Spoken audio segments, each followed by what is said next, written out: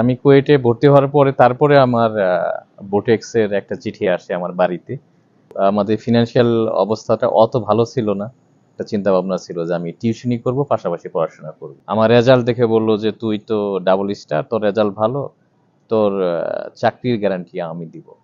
কিন্তু উদ্যোক্তা হই তাহলে আমি কিছু মানুষকে এমপ্লয়ি করতে জেনারেট করতে পারবো। আসসালামু আলাইকুম ভিউয়ার, সবাইকে আমন্ত্রণ জানিয়ে শুরু করছি টেক্সটাইল মিররের বিশেষ আয়োজন টেক্সটক। আর পুরো আয়োজন জুড়ে আপনাদের সাথে আছি আমি আতিকুর রহমান।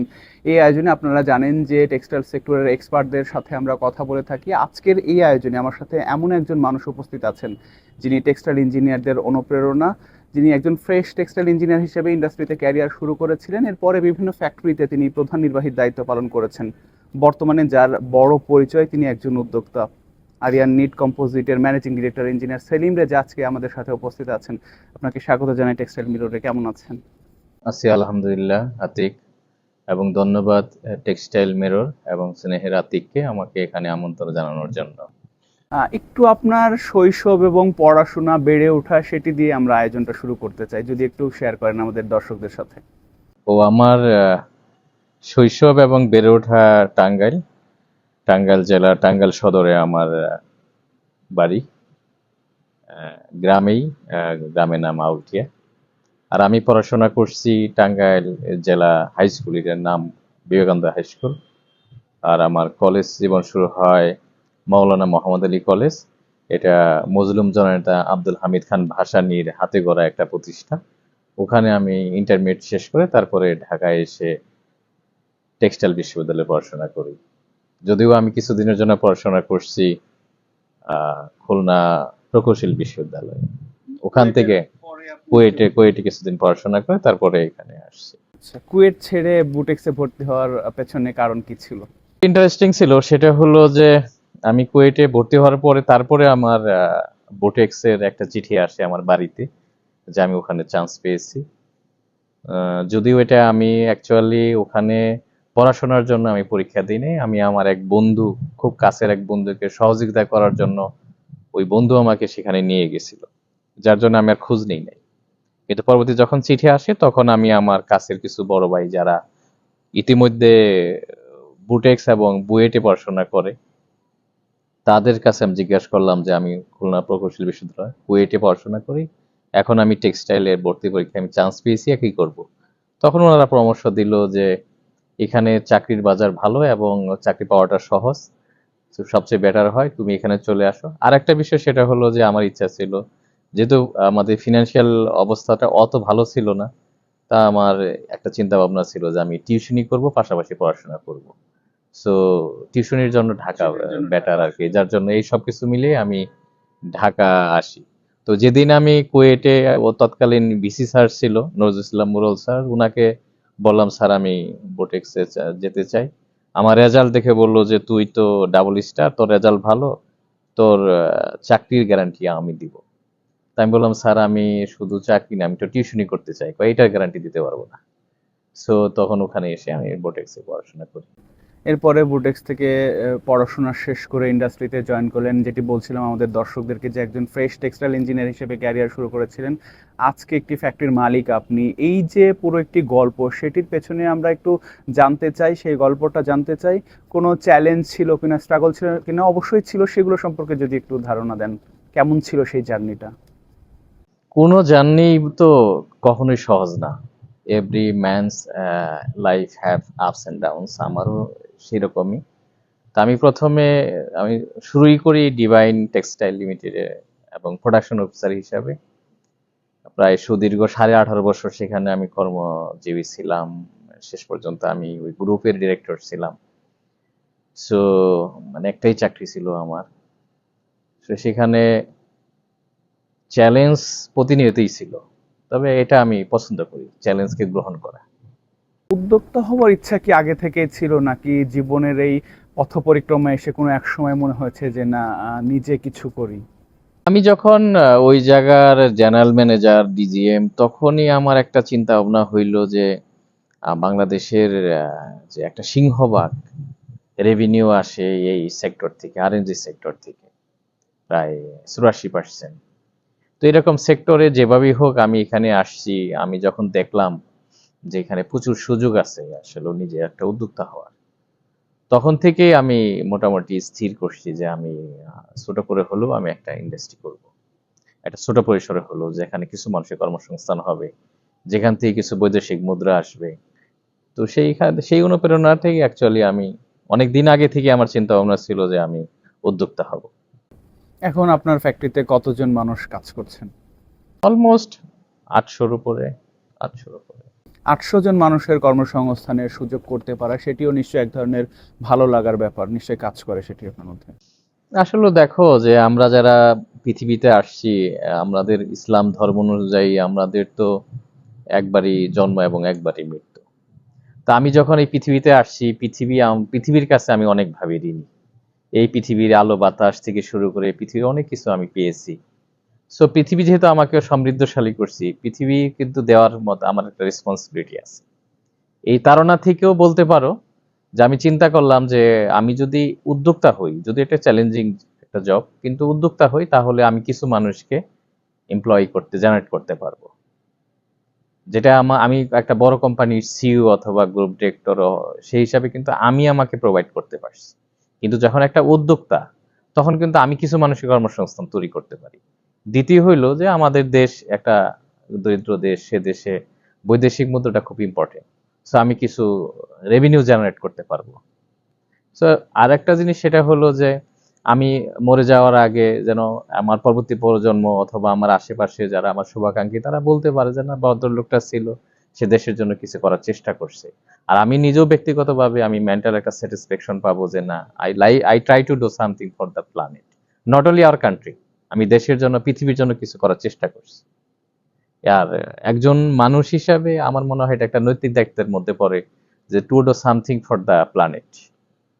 আরএমজি সেক্টর এই মুহূর্তে আসলে কি ধরনের সমস্যা বা চ্যালেঞ্জের মুখোমুখি বলে আপনার কাছে মনে হয়? দেখো, আরএমজি সেক্টরটা কিন্তু মানুষের যে মৌলিক 4-5টা চাহিদা, তার মধ্যে একটা অন্যতম একটা চাহিদা, যে এটা ছাড়া মানুষের চলবে না। সো পৃথিবী যতদিন থাকবে ততদিন মানুষের এই বস্ত্রের চাহিদা থাকবে। কিন্তু একটা ইন্টারেস্টিং বিষয় হলো কি, যে এই বিজনেসটা সবসময় ভ্রাম্যমান, মানে মুভেবল বিজনেস, এটা কখনো এক জায়গায় স্থির থাকে না। আজ থেকে 50 বছর আগে যেরকম এই বিজনেসটা এক সময় ইউরোপে ছিল, জার্মানিতে এবং ইটালিতে ছিল প্রচন্ড ভাবে, এবং সেই বিজনেসটা মাইগ্রেট করে পরবর্তীতে কোরিয়ায় আসছে, তার্কিতে আসছে, তারপরে চায়নায় আসছে, তারপরে আমাদের মতো subcontinental country Bangladesh, India, Pakistan আসছে। হয়তো এরপরে এই বিজনেসটা চলে যাচ্ছে কিছুটা ভিয়েতনাম, কিছু হন্ডুরাস, কিছুটা ইকুয়েডর, এবং গরিব কিছু কান্ট্রিতে। সো এখন আমাদের এই বিজনেসের বয়স অলমোস্ট 45 ইয়ার্স। তো এখন 45 ইয়ার্স এর মধ্যে ডেফিনেটলি আমরা অনেক বেশি চ্যালেঞ্জ ফেস করতেছি। বিশেষ করে একটা হলো যে আমাদের বাংলাদেশের প্রেক্ষাপটে বলি, ব্যাংকিং সেক্টরের আমাদের বেশ কিছু চ্যালেঞ্জ আছে। যে একটা পট পরিবর্তন হয়েছে, পট পরিবর্তনের ভিতর দিয়ে আমাদের ব্যাংকিং সেক্টর, বিশেষ করে আমাদের এখন জিডিপি প্রায় 10-এর কাছাকাছি, মানে মুদ্রাস্ফীতি 10-এর কাছাকাছি, জিডিপি 4-এর নিচে। তো মুদ্রাস্ফীতি যখন 10 বা তার বেশি হয়, তখন বা ব্যাংকিং সুদটা কিন্তু প্রায় 13-14 নিচে নামাইতে পারে না, এটা সম্ভব না। সো এটা আমাদের জন্য একটা বড় চ্যালেঞ্জ হয়েছে। আর একটা বিষয় সেটা হলো যে গ্যাস, ইলেকট্রিসিটি, এটা আমাদের একটা প্রায় 1.5-2 বছরের মধ্যে 280% গ্যাসের দাম বৃদ্ধি হয়েছে, এবং কয়েক দফা বিদ্যুতের দাম বৃদ্ধি পেয়েছে। সো এই সবকিছু মিলে আমরা একটা ক্রান্তি লগ্নের ভিতর দিয়ে যাচ্ছি এখন আমাদের ইন্ডাস্ট্রিটা। এই সময় এসে আমরা দেখলাম যে বেশ কিছু ফ্যাক্টরি বন্ধ হয়েছে, এবং বেশ দীর্ঘ সময় ধরে এই প্রক্রিয়াটা ছিল, বন্ধ হয় সবসময়, কিছু ফ্যাক্টরি বন্ধ হয়, নতুন নতুন ফ্যাক্টরি হয়, কিন্তু আমরা দেখলাম যে বিগত বেশ কিছু সময় ধরে অনেকগুলো ফ্যাক্টরি বন্ধ হয়েছে। গতকালকে ওপিএন কম্পোজিট অনির্দিষ্টকালের জন্য বন্ধ ঘোষণা করা হয়েছে। কারণ কি বলে মনে হয় আপনার কাছে? হ্যাঁ, তুমি যেটা বলছো যে এটা একটা নিয়মিত প্রক্রিয়া, তবে এখন যেটা হচ্ছে এটা অস্বাভাবিক প্রক্রিয়া। কারণ আমাদের এত বছরের মধ্যে এইরকম ভাবে পরপর 1 বছর 1.5 বছরের মধ্যে প্রায় 300-র মতো আরএমজি একটা সেক্টরে আরএমজি কোম্পানি বন্ধ হয়ে গেছে, এটা একটা অ্যালার্মিং। আর এটার একটা বড় 1 নম্বর কারণ হইলো রাজনৈতিক পট পরিবর্তন, এটা একটা বড় কারণ। দ্বিতীয় কারণ হইলো এই যেটা বললাম যে ব্যাংকিং সেক্টরের যে সহযোগিতা বা যেভাবে ওনারা দিচ্ছে, তবে যতটুকু আমাদের ব্যবসায়িকদের দরকার সেইভাবে হয়তো ব্যবসায়িকরা পাচ্ছে না। আরেকটা হলো যে আমাদের প্রচুর খরচ অনেক বেড়ে গেছে। বিশেষ করে আমাদের wages and salary, gas, electricity এবং এই আনুষঙ্গিক খরচটাই কুলিয়ে উঠতে পারতেছে না আমাদের সেক্টরে যে সমস্ত উদ্যোক্তা আছে তারা। এটা একটা বিষয়। আরেকটা বিষয় সেটা হলো যে আহ, ট্যারিফ ইস্যুটা, বিশেষ করে ইউক্রেন রাশিয়া যুদ্ধের পরে বৈশ্বিক যে বাজারে যে অবস্থা হয়, অবস্থার পরিপ্রেক্ষিতে মার্কিন মার্কিন রাষ্ট্রপতি যে ডোনাল্ড ট্রাম্প উনি যে ট্যারিফ ইম্পোজ করে, আমরা যদিও 20% কিন্তু আমাদের আগে ছিল 16%, সব মিলে কিন্তু ওখানে আমাদের গোডস এক্সপোর্ট করতে অলমোস্ট 36% ট্যারিফ দিতে হয়। আহ, যখন আমাদের এই ট্যারিফটা 36 হয়েছে, এবং আমাদের নেইবার কান্ট্রি বিশেষ করে চায়না এবং ইন্ডিয়া তারা কিন্তু আমাদের চাইতে বেশি হইলেও আমাদের তো মেন বাজার ছিল ইউরোপ ইউনিয়ন, এবং তারা ইউনিয়নের তাদের মার্কেটিংটা তারা অ্যাগ্রেসিভলি এটা কিন্তু তারা আগাচ্ছে, ক্যাপচার করার চেষ্টা করতেছে বা ক্যাপচার করছে, যা আমাদের বেসিক যে আমরা অর্ডারগুলো করি সেখানে তারা ভাগ বসাইছে অলমোস্ট। যার জন্য আমাদের অর্ডারটা ক্রয় দেশ অনেক কমে গেছে, র্যাপিডলি একবারে কমে গেছে। কমে যাওয়ার কারণেও আমাদের বিজনেসটা কিন্তু অনেক কঠিন হয়ে যাচ্ছে। এটা একটা মূল কারণ আর কি। আরেকটি বিষয় আপনার কাছে যেটি জানতে চাই, এই যে এই ব্যবসাগুলো ডিজাইনের কথা আপনি বলছিলেন যে অনেক ক্ষেত্রে আসলে কমে যাচ্ছে বা স্থানান্তরিত হওয়ার সম্ভাবনা বা আশঙ্কাও করা হচ্ছে। সেক্ষেত্রে এই ব্যবসাটাকে সাস্টেইন করার জন্য সরকারি বেসরকারি কি ধরনের উদ্যোগ নেওয়া যেতে পারে? এক। দ্বিতীয় প্রশ্ন হচ্ছে আমরা দেখি যে এই আরএমজি সেক্টরে বায়ারদের দিক থেকে বিভিন্ন ধরনের সার্টিফিকেশন এর কথা বলা হয়ে থাকে। গডস, জিডিসি, তারপরে অকোটেক্স, ব্লু সাইন, নানান ধরনের সার্টিফিকেশন নেওয়া হয়। এত সার্টিফিকেশনের আসলে প্রয়োজনীয়তা কি? কেন এত সার্টিফিকেশন দিতে হয়? 1980 সালে ইডিএস গার্মেন্টসের মাধ্যমে প্রথম বাংলাদেশ বিশেষ করে গার্মেন্টস রপ্তানি করে শুরু করে। সেই হিসাবে এখন আমাদের এই এই বিজনেসের বয়স প্রায় ৪৫ বছর। তো ৪৫ বছরে আমরা একটা জায়গায় আসতে পারি নাই। বিশেষ করে সরকারি এবং বেসরকারি উদ্যোগ প্রয়োজন।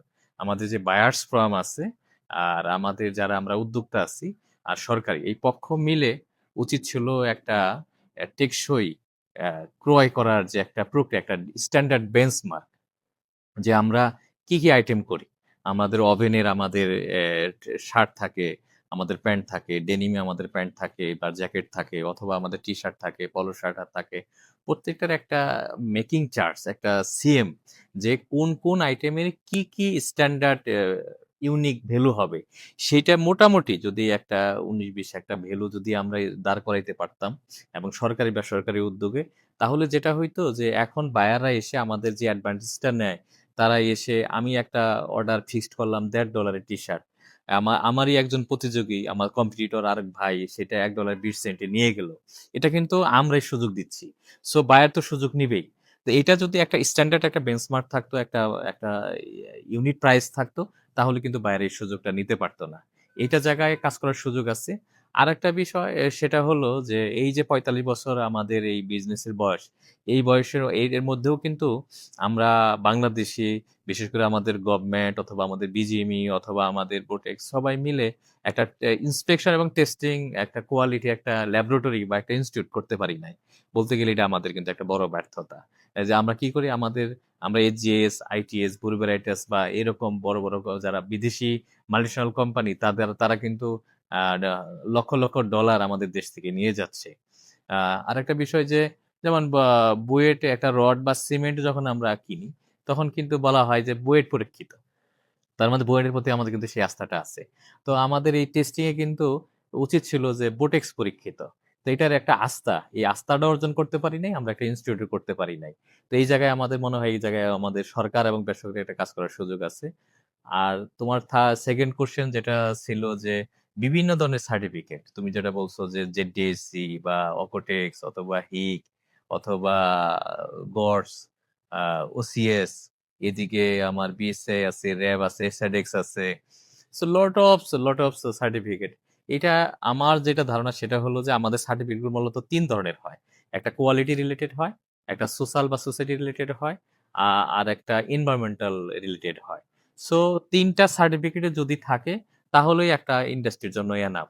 এই জায়গায় একই এনভায়রনমেন্টালে একজনে একটা একজনে দিচ্ছে যে ডিএসসি, আরেকজনের যে দিচ্ছে র‍্যাব। এটা আমার মনে হয় যে শুধু এখানের পিছনে বিজনেস বা ব্যবসার একটা প্রক্রিয়া আছে। বলতে গেলে ব্যবসার ধান্দা আছে। বা এটাকে বলা হয় ব্যাকডোর বিজনেস করতেছে।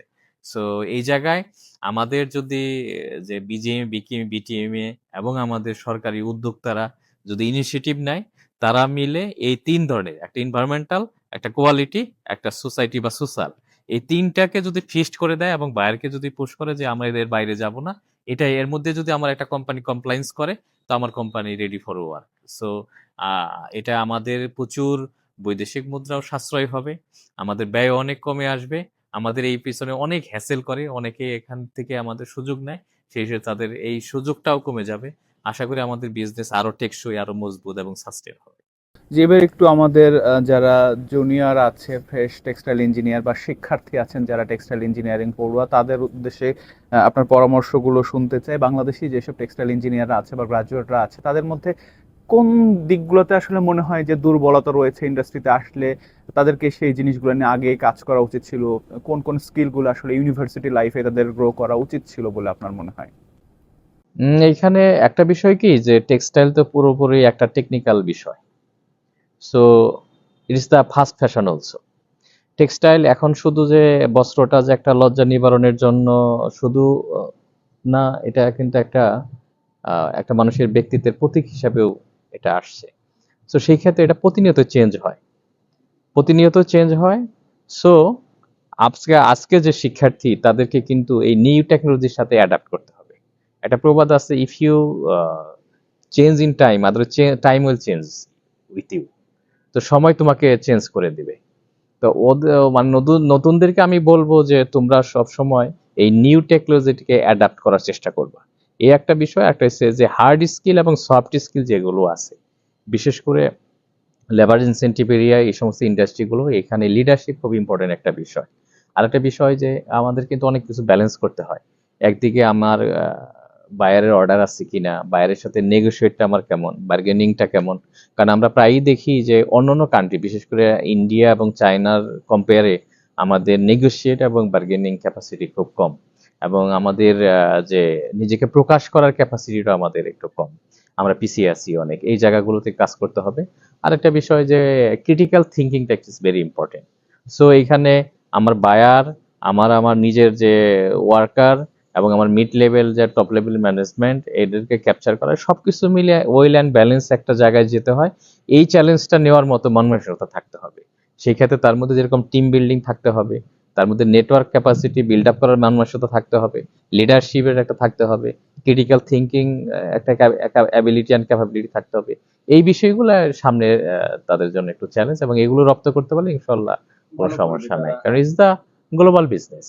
আপনার কি মনে হয় এইসব ক্যাপাসিটিগুলো বা এই স্কিলগুলো কম থাকার কারণে কি বড় বড় পদগুলোতে আমরা বিশেষত দেখি বাইং হাউসগুলোতে, অনেক ফ্যাক্টরিতেও রয়েছে, বিদেশিদের হায়ার করা হয়? কেন বিদেশিদের হায়ার করা হয়, কি মনে হয় আপনার কাছে?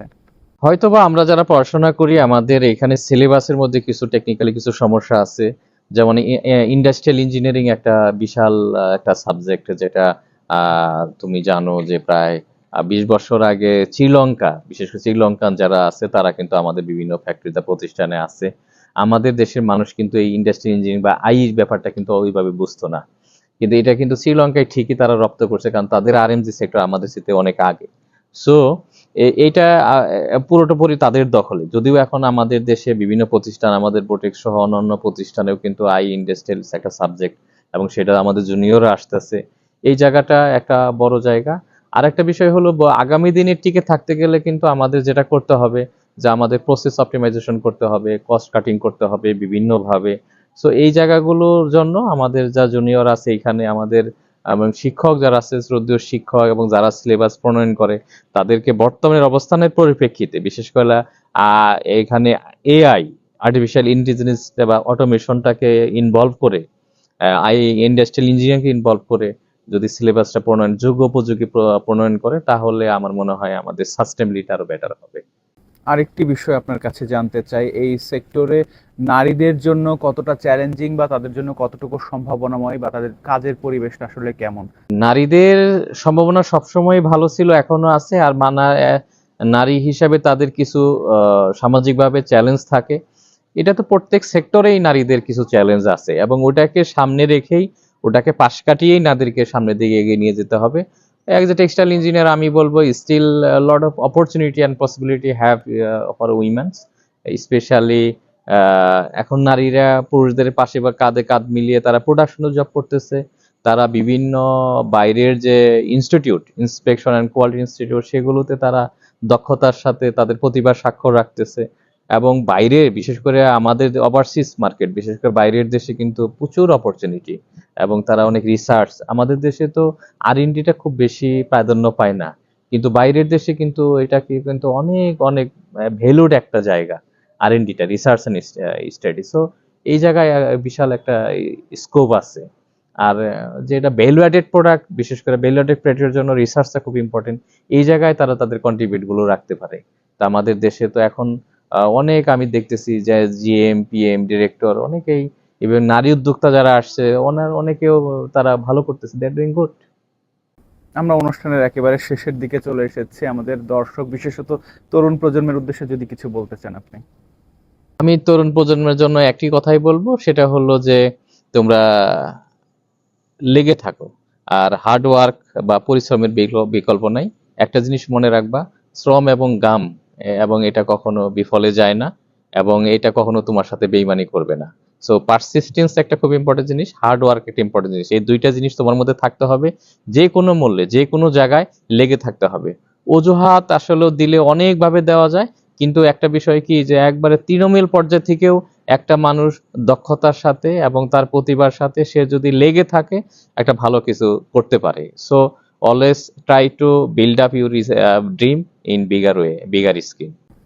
ইঞ্জিনিয়ার সেলিম রেজা স্যার, অনেক ধন্যবাদ আপনাকে সময় দেওয়ার জন্য টেক্সটাইল মিররকে। ধন্যবাদ তোমাকে, এবং ধন্যবাদ টেক্সটাইল মিররকে, এবং আমাকে আমন্ত্রণ জানানোর জন্য, আমাকে সুযোগ দেওয়ার জন্য। ভালো থাকেন, এবং যারা দর্শক এবং তাদেরকেও তাদের সার্বঙ্গীন সুন্দর এবং সাবলীল সুস্বাস্থ্য কামনা করছি। ধন্যবাদ সবাইকে। আসসালামু আলাইকুম। দর্শক, আজ এ পর্যন্ত। আগামী পর্বে আবারও কথা হবে নতুন কোনো অতিথির সাথে। সে পর্যন্ত সবাই ভালো থাকুন, সুস্থ থাকুন, আর টেক্সটাইল মিররের সাথেই থাকুন। আল্লাহ হাফেজ।